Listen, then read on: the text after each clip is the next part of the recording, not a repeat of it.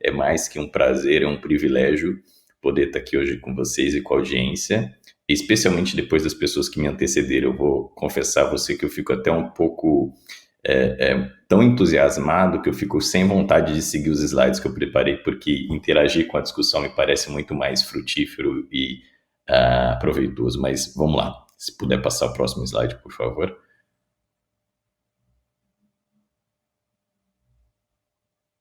Acho que não está entrando.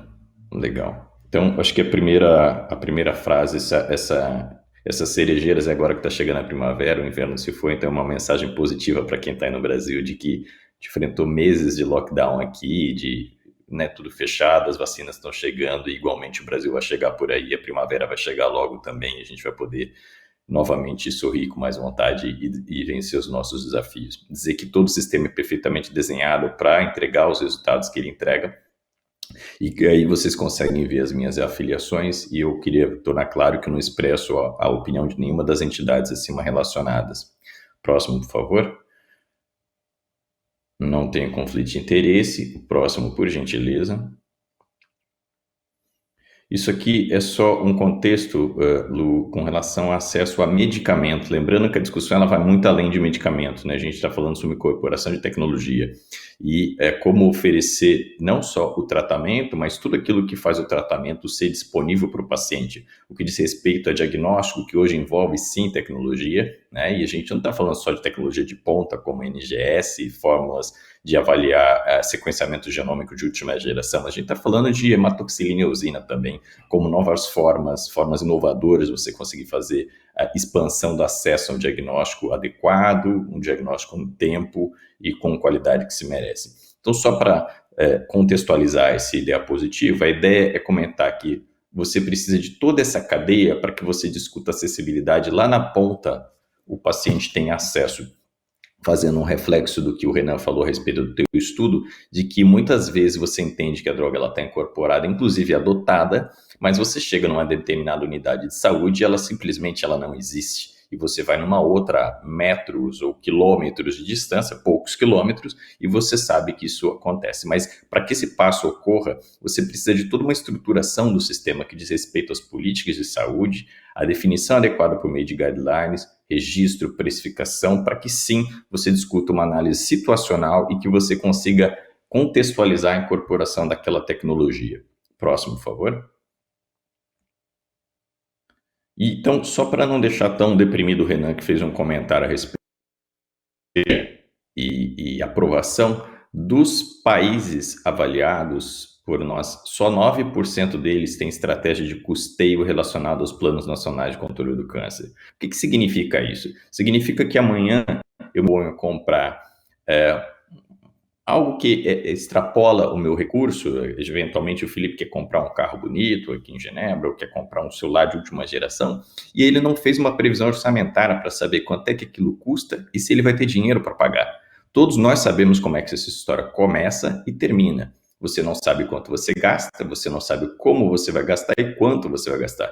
É impossível você fazer uma discussão de precificação nesse cenário, porque ela se insere dentro de um contexto de um plano maior de cuidado do paciente. Não é só a droga, senão fica uma discussão absolutamente esquizofrênica. Eu fico discutindo a ponta da droga quando eu não discuto o contexto dela dentro do tratamento e dentro do Plano Nacional de Controle do Câncer. Dessas avaliação, 40% somente tinha mais de 10 medicamentos na lista de medicamentos essenciais do OMS. Hoje, a lista, não me falha a memória, tem em torno de 56 medicamentos antineoplásicos, né, sem contar as medidas de suporte. Ou seja, a gente está falando de uma situação em que, embora eu tenha definido uma lista essencial, ela não foi adotada, e ela não foi adotada por falta de planejamento. Esse planejamento vai muito além da discussão de precificação. Próximo, por favor. Bom, então, como é que, por exemplo, as avaliações de tecnologia dialogam com a cadeia de valor? Eu não falo nem sobre as agências de regulação, como é que a tecnologia e a lista de medicamentos, ela necessariamente gera equidade? A gente já sabe que essa resposta é não. E isso aqui é toda a etapa da cadeia de valor, quando a gente fala, por exemplo, medicamentos, mas isso também se estende a outras tecnologias, incluindo radioterapia e outras tecnologias envolvendo o tratamento do paciente com câncer, que é extremamente complexa, que diz respeito desde lá a ponta em desenvolvimento e inovação. A gente sabe que o nosso país não é competitivo do ponto de vista de desenvolvimento e inovação. Isso também é uma caixa preta. Se você for atrás de descobrir o real valor do desenvolvimento de uma molécula e o que é cobrado, simplesmente isso não é falado, porque é dito que é uma vantagem competitiva, é uma discussão relacionada ao investimento, e você sabe hoje que o preço de uma medicação pode variar mais de 100 vezes, e não existe nenhuma correlação real entre preço de desenvolvimento de droga e a precificação e valor corrente praticado nas negociações. Isso é absolutamente uma caixa preta, isso não existe. Isso é uma falácia que muitas vezes a gente assume para justificar o preço do investimento da droga. Então você segue adiante a forma de você ter a quantidade adequada do ponto de vista de produção, e o Covid expôs isso claramente, né? O que a gente, uma das coisas que a gente pode tirar de lição da história do Covid é que hoje a cadeia de supply que você tem para produção, ela está restrita a pouquíssimos países. Isso também, de alguma forma, torna você um pouco mais vulnerável dentro do processo de negociação e produção. Né? Registro em mercado, que a gente falou que tem as dificuldades com relação ao tempo de registro, precificação e seleção, que é um problema muito sério. Então, como é que eu faço a seleção? Eu priorizo a seleção, eu vou ver tudo de uma vez? A quantidade de novas moléculas, novas drogas, ela é absolutamente assustadora, assombrosa. Não existe um critério que eu possa definir uma priorização para seleção e discussão com relação ao reembolso. Procurement adequado, um processo de seleção adequado, eu tenho um procurement central no país, eu tenho por estado, qual o melhor modelo, é um modelo misto, para doenças raras é para outras drogas que envolvam um maior volume de drogas é outra, como é que a gente faz esse modelo? Então não existe um modelo único quando você me pergunta sobre mecanismos globais. Mas a gente sabe que muitas vezes esses modelos de negociação, por vezes, ele é feito inclusive dentro da própria instituição, e você pede em escala, você pede em volume, e fica dentro da questão de que você acha que você acredita que você consegue negociar melhor, porque foi oferecido para você um recurso de redução de preço baseado numa discussão de confidencialidade. Isso não é necessariamente real. Processo de educação médica com relação à prescrição judiciosa do medicamento, dispensação adequada, que é um problema global, você tem dificuldade logística de conseguir fazer com que as medicações cheguem onde elas têm que chegar, e uso. Próximo, por favor. Então, vou falar um pouquinho a respeito de aprovação e adoção. Pode passar os dois próximos direto, por favor, que eu vou tentar acelerar aqui para deixar para a discussão. Próximo, por favor. Ótimo. Isso aqui é só para tentar colocar alguma das falácias que a gente sempre reproduz, né? Dados para análise de decisão. Isso aqui foram algumas avaliações de decisões tomadas por Agência de Avaliação de Tecnologia na Europa. Sobrevida e livre progressão, ou seja, o tempo que a doença demoraria para progredir dentro do contexto estatístico de sobrevida e progressão, relacionada à qualidade de vida somente em 1/4 dos trials clínicos. Sobrevida e progressão, impacto negativo na qualidade de vida em 7%, ou seja, em quase 10% não existia ganho de sobrevida e o paciente ainda tinha um declínio com relação à qualidade de vida. Relação entre a qualidade de vida e estudo de vida real, apenas 54% das análises tinham isso, ou seja, metade só conseguia avaliar de forma naquela população análise de qualidade de vida adequada. Ou seja, o que eu estou mensurando? Se eu não estou oferecendo ganho de sobrevida, eu não estou oferecendo ganho de qualidade de vida, o que eu estou oferecendo para o paciente dentro do meu processo decisório? Então, uma autorreflexão que a gente faz dentro do processo, entender que sim, depois do processo decisório de incorporação dessa medicação, ela precisa ser avaliada. E ela precisa ser avaliada dentro de um processo transparente e que meça o real valor dela e benefício na tua sociedade, para que você consiga acessar toda aquela cadeia que foi comentado. Então, com relação aos reportes, análises precoces, não necessariamente correlacionam com ganhos. Recentemente, o Michel Gewali, que é um grande pesquisador da área, fez um report que ele avaliou mais de 10 anos de análise do FDA, e nesse cenário, 25% das drogas tinham cenário de aprovação acelerada. Desse cenário de aprovação acelerada, somente 1/4 tinha esse processo e não tinha absolutamente nenhuma correlação real com ganho de sobrevida para essa população. Então, a gente precisa avançar um pouco mais, até mesmo nos nossos conceitos, para a gente crescer esse diálogo. Bom, com relação à adoção e à agência de tecnologia, faço parte da escala de análise de magnitude de benefício da ESMO. A relação entre o ganho que você tinha da a análise de magnitude, quando ela era maior, em geral, tinha uma aceleração com relação à aprovação em algumas agências regulatórias, alguns países. Próximo, por favor. Acho que eu vou passar mais rápido, que é para acelerar e poder acessar o que os colegas falaram. Por gentileza, pode passar. Esse aqui é o caso brasileiro com relação ao trastuzumab, tempo para adoção. Todos nós sabemos que demorou quase 20 anos para a adoção do trastuzumab no Brasil. Próximo. Aqui, como é que se comportam as diferentes agências, o tempo que tiverem de avaliação entre países de low e middle income country, ou seja, de baixa e média renda, comparado a países que têm sim uma capacidade de investimento maior. Ela é real, essa correlação. Isso aqui foi uma análise que eu fiz recentemente para o nosso grupo aqui. Próximo, por favor. Isso aqui é um estudo brasileiro para mostrar quanto que a interação entre as sociedades médicas atendendo a necessidade da população, buscando as agências regulatórias, buscando o governo, buscando o Ministério da Saúde, pode ser impactante. A ação do Renan, nos últimos anos, ela é notória. Mesmo antes de ele ocupar a posição que ele ocupa hoje, ele já vinha nessa posição de liderança dessa discussão. Isso aqui foi um estudo que foi realizado, em parceria, inclusive, com a SBOC, que mostrava uma análise de custo-efetividade real, e mais do que isso, ela buscava entender quantas vidas você conseguiria salvar pela incorporação daquela medicação. Ou seja, a gente está translacionando a discussão entre custo para dizer o que eu ofereço para a sociedade em troca. Isso aqui é uma moeda válida, uma moeda extremamente relevante na discussão com os governos. Próximo, por favor.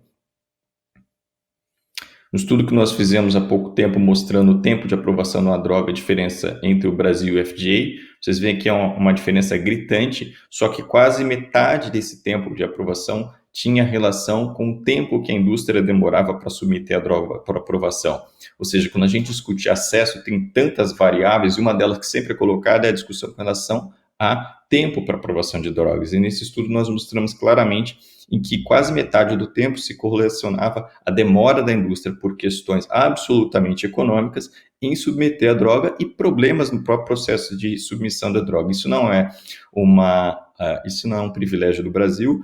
Saiu, acho que essa semana, uma análise numa revista de análise de tecnologia, também de avaliação de tecnologia, que quase 1/3 das aprovações das submissões para o NICE tinham problemas sérios com relação à submissão e acabava demorando mais no processo. Próximo, por favor.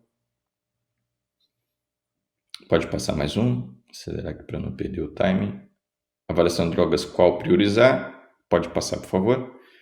Aqui sobre o processo de seleção. Dentro do processo de custo-efetividade, teoricamente, a gente deveria aprimorar o processo de avaliação da droga para entender se a gente está fazendo baseado somente em precificação ou se, próximo, por favor, a gente consegue incorporar a dimensão com relação, isso aqui é a escala Desmond, com relação à magnitude de benefício que a gente consegue oferecer para aquela droga, ou seja, qual é o valor que eu consigo oferecer dentro de uma demanda da sociedade que vai além da discussão somente de precificação. Próximo, por favor. Eu vou parar por aqui para não seguir e poder usar esses 2 minutos de forma mais eficiente. Para quem conhece essa senhora, é uma das pessoas que hoje mais discute a respeito de incorporação de novas drogas pelo Ministério da Saúde. Vocês veem que ela está sorrindo na foto, nós somos relativamente próximos, tivemos a oportunidade de conversar bastante. Isso aqui é uma foto que foi feita durante um treinamento que eu tive a oportunidade de interagir com as equipes da ANS e da Conitec com relação à escala de análise de magnitude de benefício de droga.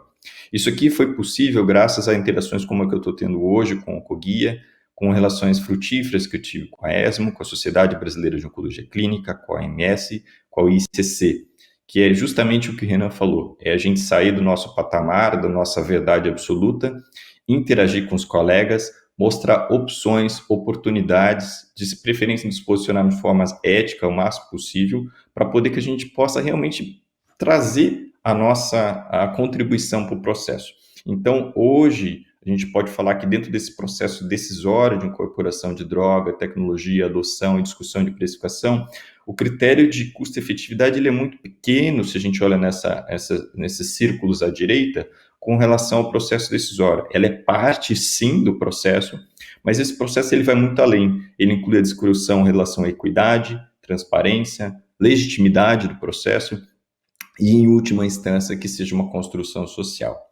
Hoje, para quem não sabe, hoje os meus 2 papéis principais aqui no OMS diz relação a acesso a medicamentos, e eu faço parte do grupo de trabalho da lista de medicamentos essenciais e uma plataforma específica de avaliação de acesso à medicação, affordability, né, que seria a relação entre a avaliação, a disponibilidade da droga e o preço no point of care level, ou seja, aonde a droga tem que estar disponível mesmo, né, na unidade de saúde. E a última a iniciativa, que hoje, inclusive, tive a oportunidade de assessorar um país na África, é sobre implementação dos planos nacionais de controle do câncer. Então, nesse processo de discussão, a incorporação de tecnologia e diz respeito ao diagnóstico, diz respeito à droga, ao cuidado do paciente durante o tratamento, que é muito mais amplo, a gente tem amadurecido muito nas discussões com os países, no sentido de a gente discutir a priorização dentro de um cenário que você consiga visualizar quanto é o custo e quanto é o impacto em saúde que você vai oferecer. Nós desenvolvemos uma ferramenta, um modelo matemático, que consegue forjar esse diálogo junto com os ministérios da saúde para que eles consigam perceber quando eles assumem aumento de escala daquela medicação, que é uma discussão hoje que a gente está fazendo aqui, né? Então, a medicação é disponível para 10%, a hora que aumenta a cobertura para 60%, 70%, o que isso representa em custo e vidas salvas? E mais do que isso, vai além da droga, a gente incorpora todo o contínuo do processo de câncer, porque esse paciente que ele tem toxicidade, ele precisa ser acessado depois, ele precisa ser monitorado em tempo adequado e ele precisa de cuidado mais do que medicações. Então, essa discussão ela amadurece do ponto de vista que a gente deixa de olhar só para a tecnologia, que é extremamente relevante, mas que a gente não perca de vista de que todo o cuidado do paciente ele tem que se inserir, para que a gente entenda quanto que custa a parcela daquela droga em todo o processo. Tem países, por exemplo, agora eu vou concluir, que tinham muita vontade de incorporar trastuzumab, mas perante o orçamento hoje do controle do câncer, só o trastuzumab representaria um acréscimo de quase 50% em todo o custeio do tratamento de câncer de mama naquele país. E talvez, neste momento, eles melhorarem diagnóstico precoce, ou cirurgia adequada, radioterapia, seja mais interessante para que no segundo momento você incorpore. Então, até mesmo essa discussão, ela precisa amadurecer dentro do cenário que hoje o país tem condições de oferecer o cuidado do paciente para que a gente consiga ajustar o que a gente quer oferecer. Eu agradeço a oportunidade, Luciana, Rafael, fico à disposição para a gente discutir com os colegas. Muito obrigado.